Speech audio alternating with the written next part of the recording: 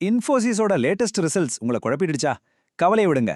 ஒரு இன்வெஸ்டரா நீங்க தெரிஞ்சுக்க வேண்டிய எல்லா முக்கியமான விஷயத்தையும் சிம்பிளா அடுத்த சில நிமிஷத்துல நம்ம பார்க்க போறோம். வாங்க ஆரம்பிக்கலாம். இன்ஃபோசிஸோட நிகர லாபம் 21% அதிகரிச்சிருக்கு.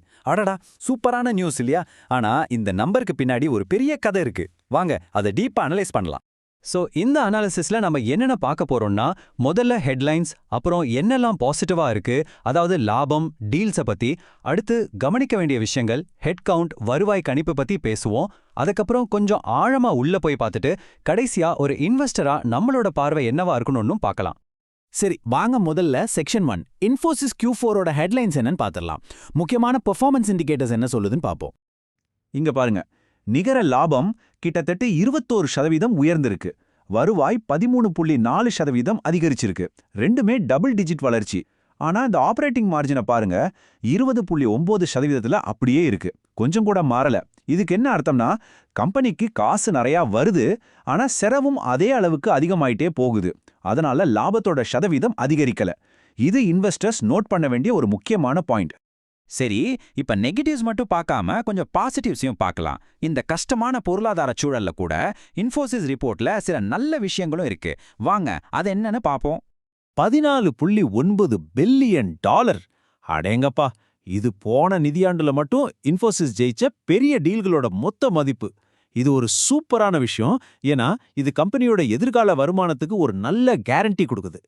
கம்பெனியோட சிஇஓ சலீல் பரேக் என்ன சொல்றாருன்னா, அவங்களோட ஏஐ ஃபர்ஸ்ட் ஸ்ட்ராட்டஜி மார்க்கெட்ல நல்லா ஒர்க் அவுட் ஆகுதுன்னு சொல்றாரு. அதாவது எல்லாத்துலயும் ஆர்டிஃபிஷியல் இன்டெலிஜென்ஸை முதன்மைப்படுத்துறாங்க. இன்டெல், ஆந்த்ராபிக் மாதிரி பெரிய டெக் கம்பெனிங்க கூட பார்ட்னர்ஷிப் வச்சிருக்கிறதுனால கஸ்டமர்ஸ்க்கு ஏஐ மூலியமா நல்ல வேல்யூ கொடுக்க முடியுதுன்னு ரொம்ப நம்பிக்கையா சொல்றாரு. ஓகே, இப்போ நாணயத்தோட இன்னொரு பக்கத்தை பார்க்கலாம். மார்க்கெட்ல பலருக்கும் கவலை கொடுத்த சில விஷயங்கள் என்னென்னு இப்ப பார்ப்போம். இந்த டேபிள பாருங்க. ஒரே குவார்டர்ல, அதாவது 3 மாசத்துல கம்பெனியோட மொத்த ஊழியர்கள் எண்ணிக்கை கிட்டத்தட்ட 8400 பேர் குறைஞ்சிருக்காங்க. இது எதை காட்டுதுன்னா, கம்பெனி கொஞ்சம் ஜாக்கிரதையா இருக்கு, தேவையில்லாத செலவுகளை குறைக்க பாக்குறாங்கன்னு தெரியுது. இது ஷார்ட் டேர்ம்ல லாபத்துக்கு நல்லதுனாலும் லாங் டேர்ம்ல வளர்ச்சியை பாதிக்க வாய்ப்பு இருக்கு. ஆனா மேனேஜ்மெண்ட் இதுக்கு என்ன காரணம் சொல்றாங்க தெரியுமா? இது ஒரு சீசனல் குறைவு தான் சொல்றாங்க. அதாவது இந்த மாதிரி மார்ச் குவார்ட்டர்ல நடக்கிறது சகஜம்தான்னு சொல்றாங்க. ஆனாலும் அனலிஸ்ட் இதை கொஞ்சம் சந்தேகமா தான் பார்க்கறாங்க. இது உண்மையிலே தற்காலிகமானது தானா, இல்ல ஐடி இண்டஸ்ட்ரியில ஒரு பெரிய மந்தநிலை வரப்போகுதான்னு பொறுத்திருந்து தான் பார்க்கணும். ஊழியர்கள் குறைஞ்சது ஒரு பக்கம்னா, இன்னொரு பக்கம் வேலையை விட்டு தானா நின்றுட்டு போறவங்களோட எண்ணிக்கையும் அதிகரிச்சிருக்கு. அதாவது வாலண்டரி அட்ரிஷன் 12.6%. இதுவும் ஒரு நல்ல அறிகுறி இல்ல. ஏன்னா திறமையான ஊழியர்கள் வெளியில போனா அது ப்ராஜெக்ட் டெலிவரியை பாதிக்கலாம். சரி, இப்போ இன்னும் கொஞ்சம் ஆழமா போய் பார்க்கலாம். இன்ஃபோசிஸ்க்கு பணம் எந்தெந்த செக்டார்ல இருந்து வருது, எந்த செக்டார் நல்லா வளருதுன்னு பிரிச்சு மேலாவாங்க. இந்த சார்ட்டை பாருங்க. எப்பவும் போல ஃபினான்சியல் சர்வீசஸ், அதாவது பேங்கிங் செக்டார் தான் பெரிய பங்கு, கிட்டத்தட்ட 28%.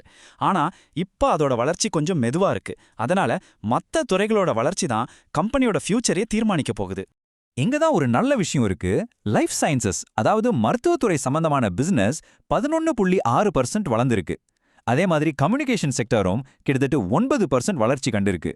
இது எதை காட்டுதுன்னா, இன்ஃபோசிஸ் ஒரே துறையா மட்டும் நம்பி இல்லாம பல துறைகள்ல கால் பதிச்சு தன்னோட ரிஸ்க குறைக்கிறாங்க. இது ஒரு நல்ல போர்ட்ஃபோலியோ டைவர்சிஃபிகேஷன். சரி, இவ்ளோ பாசிட்டிவ் நெகட்டிவெல்லாம் இருந்தும் மார்க்கெட் ஏன் இன்ஃபோசிஸ் மேல கொஞ்சம் கோவமா இருக்கு? அதுக்கு ஒரே ஒரு முக்கியமான காரணம் இருக்கு. அதுதான் அடுத்த வருஷத்துக்கான அவங்களோட கைடன்ஸ். அடுத்த நிதியாண்டுக்கு, அதாவது FY27க்கு அவங்களோட வருவாய் வளர்ச்சி வெறும் 1.5%ல இருந்து 3.5% வரைக்கும் தான் இருக்கும்னு ரொம்ப கம்மியா கணிச்சிருக்காங்க. இந்த ஒரு நம்பர் தான் நல்லா வந்த Q4 ரிசல்ட்ஸை கூட ஓவர் ஷேடோ பண்ணிடுச்சு. உலக அளவுல இருக்கிற பொருளாதார நெருக்கடியால கஸ்டமர்ஸ் அவங்க செலவை குறைப்பாங்கன்னு கம்பெனி பயப்படுறத இது தெளிவா காட்டுது. இதோட விளைவு என்ன தெரியுமா? இந்த நியூஸ் வந்த உடனே அமெரிக்க பங்குச் சந்தையான NYSEல லிஸ்ட் ஆகியிருக்கிற இன்ஃபோசிஸ் ADRோட விலை மார்க்கெட் ஓபன் ஆகிறதுக்கு முன்னாடியே கிட்டத்தட்ட 5.6% வரைக்கும் சரிஞ்சிடுச்சு. மார்க்கெட் எவ்வளவு வேகமா ரியாக்ட் பண்ணிருக்கு பாருங்க. அப்போ ஒரு இன்வெஸ்டரா நம்ம முன்னாடி இருக்கிற $1 மில்லியன் கேள்வி இதுதான். இன்ஃபோசிஸ் ரொம்ப நம்பி இருக்கிற இந்த AI டெக்னாலஜியும், அவங்க கையில இருக்கிற பெரிய டீல்ஸும், இந்த மந்தமான வருவாய் கணிப்பையும், உலக பொருளாதார சிக்கல்களையும் தாண்டி கம்பெனியை வளர்க்க உதவுமா, இல்ல இந்த சிக்கல்கள் ஜெயிக்குமா? இதுதான் நாம யோசிக்க வேண்டிய விஷயம். எப்பவும் போல எங்க பிக் மை ஸ்டாக்ஸ் பார்வையாளர்களுக்கு ஒரு முக்கியமான டிஸ்க்ளைமர்.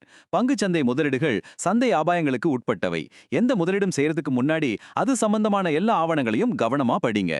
நாங்க செபில பதிவு செஞ்ச அனாலிஸ்ட் கிடையாது. இந்த வீடியோ முழுக்க முழுக்க உங்க கல்வி நோக்கத்துக்காக மட்டும்தான். முதலீடு செய்யறதுக்கு முன்னாடி உங்க ஃபைனான்ஷியல் அட்வைசர் கிட்ட கண்டிப்பா ஆலோசனை கேளுங்க.